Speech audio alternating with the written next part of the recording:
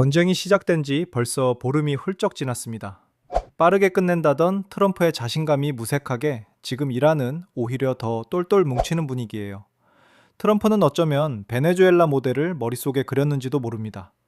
지도자 하나 제거하고 경제 압박을 가하면 내부에서 무너질 거라고. 하지만 그가 간과한 게 있었어요. 이란은 신정체제라는 겁니다. 세상엔 돈으로 해결되지 않는 것들이 있죠. 그중 하나가 신념이고 또 하나가 순교의 문화예요. 36년간 이란을 통치한 하메네이가 미국과 이스라엘의 공습으로 관저에서 암살당했지만 이란 정권의 저항은 꺾이기는커녕 오히려 더 강해졌습니다. 물론 이란 내부 상황이 마냥 좋게 흘러가고 있는 것도 아니에요. 새 최고 지도자로 선출된 모주타바는 취임 후 첫 성명에서도 실제 모습을 드러내지 않았습니다. 앵커가 그의 메시지를 대신 낭독하는 형식이었거든요.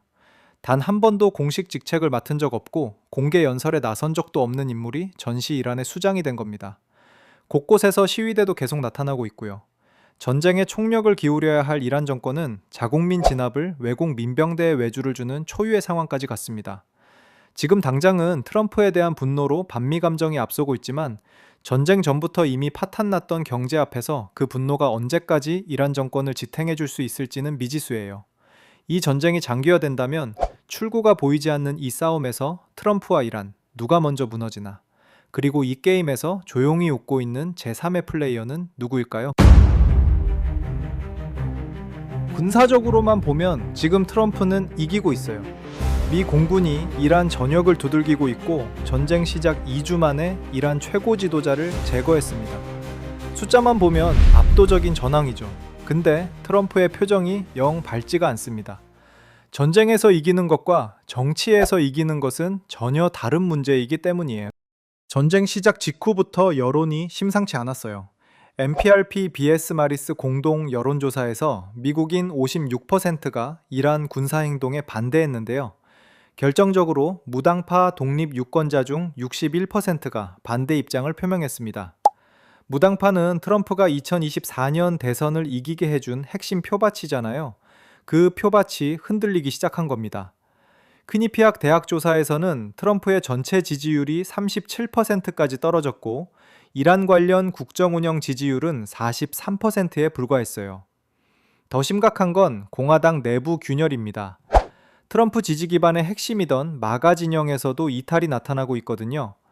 터커 칼슨, 캔디스 오원스, 마저리 테일러 그린 등 영향력 있는 마가 인사들이 전쟁을 미국 우선주의 배신이라며 공개 비판했고, 일부 강경 보수 유권자들은 중간 선거에서 민주당에 투표하겠다는 말까지 나오고 있는 상황이에요. 트럼프가 가장 두려워하는 상황이 현실이 되고 있는 겁니다. 상대방이 무너지기 전에 내 편이 먼저 흔들리는 것. 트럼프는 의회 승인 없이 단독으로 이 전쟁을 시작했어요. 헌법상 전쟁 선포권은 의회에 있거든요. 미국 역사에서 대통령이 의회 동의 없이 이 규모의 전쟁을 개시한 건 매우 이례적인 일입니다. 의회가 곧바로 반격에 나섰어요. 하원에서 트럼프의 이란 군사행동을 중단시킬 전쟁권안 결의안이 표결에 붙여졌는데 결과는 219대 212, 단 7표 차이로 결의안 상정 자체가 막혔습니다. 가까스로 막은 거예요. 상원도 47대 53으로 유사한 결의안을 부결시켰는데 공화당에서도 랜드폴 의원이 반대 입장을 취했고요. 결의안은 막았지만 숫자가 보여주는 메시지는 분명합니다. 하원에서 공화당 토마스 매시, 워런 데이비드슨 등이 이탈표를 던졌고 민주당에서도 존 페터만이 반대표를 던지는 등 전선이 단순하지 않아요. 지금은 가까스로 방어선을 지키고 있지만 장기화되면 의회에서도 균열이 생길 수 있습니다. 공화당 상원의원 조시 홀리는 이 전쟁은 빠르고 결정적으로 끝내야 한다며 사실상 조기 종전을 촉구했고요. 다수의 공화당 의원들이 지상군 파병 가능성에 대해서는 지지를 유보하겠다는 신호를 보내고 있습니다. 트럼프가 취임 이후 가장 자랑스럽게 내세운 것 중 하나가 물가 안정이었잖아요. 근데 이 전쟁이 그 치적을 한 방에 날려버리고 있습니다. 이란이 호르무즈 해협을 사실상 봉쇄하면서 전 세계 원유 공급의 5분의 1이 막혔어요. 전쟁 전 배럴당 67달러였던 유가가 전쟁 발발 직후 110달러를 돌파했고 현재는 90달러부터 95달러까지 선을 오가고 있습니다. 미국 내 휘발유 가격은 전쟁 발발 후 첫 주에만 갤런당 48센트 급등했어요. 휘발유 값은 그냥 주유소 문제가 아니거든요. 트럭이 느려지면 물류비가 오르고, 물류비가 오르면 식료품 값이 오르고, 식료품 값이 오르면 저소득층이 직격탄을 맞습니다. 골드만삭스는 전쟁이 지속될 경우 미국 인플레이션이 올해 3%를 넘을 수 있다고 경고했고, JP 모건도 유사한 전망을 내놨어요. 트럼프 행정부가 유가 안정을 위한 여러 조치를 내놨지만 효과가 없었습니다. 결론은 하나예요. 호르무즈 해협을 여는 건 경제 정책으로는 불가능하고 군사적 돌파구가 나와야만 해결됩니다. 이란이 버티는 한 트럼프에겐 출구가 없는 거죠.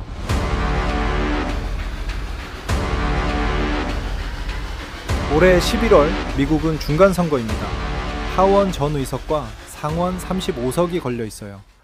공화당이 지금 의회 다수석을 유지하고 있지만 중간선거는 역사적으로 집권당에게 불리한 선거거든요.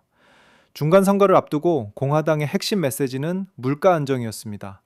근데 이란 전쟁이 그 메시지의 기반을 통째로 흔들고 있어요. 숫자는 더 냉정합니다. 3월 초 기준으로 이미 33명의 공화당 하원 의원이 재출마를 포기했어요. 민주당은 21명이고요. 이 퇴장 행렬 자체가 현역 의원들이 11월 전망을 얼마나 비관적으로 보는지를 보여주는 신호입니다.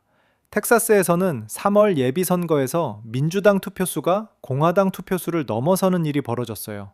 1년 전이었으면 상상도 못했을 결과죠. 트럼프 본인도 공화당이 하원을 잃을 수 있다고 인정했다는 보도까지 나왔습니다. 이기고 있는 전쟁의 총사령관이 정치적으로는 수세에 몰리는 아이러니한 상황이 펼쳐지고 있는 거예요. 그리고 거의 주목받지 못하고 있지만 중요한 변수가 하나 더 있어요. 이란은 러시아로부터 미군 위치 정보 지원을 받고 있다는 보도가 나왔고, 이란이 바레인, 쿠웨이트, UAE, 사우디아라비아에 있는 미군 기지를 타격하면서 전쟁이 지역 전체로 번지는 최악의 시나리오가 서서히 현실에 가까워지고 있습니다.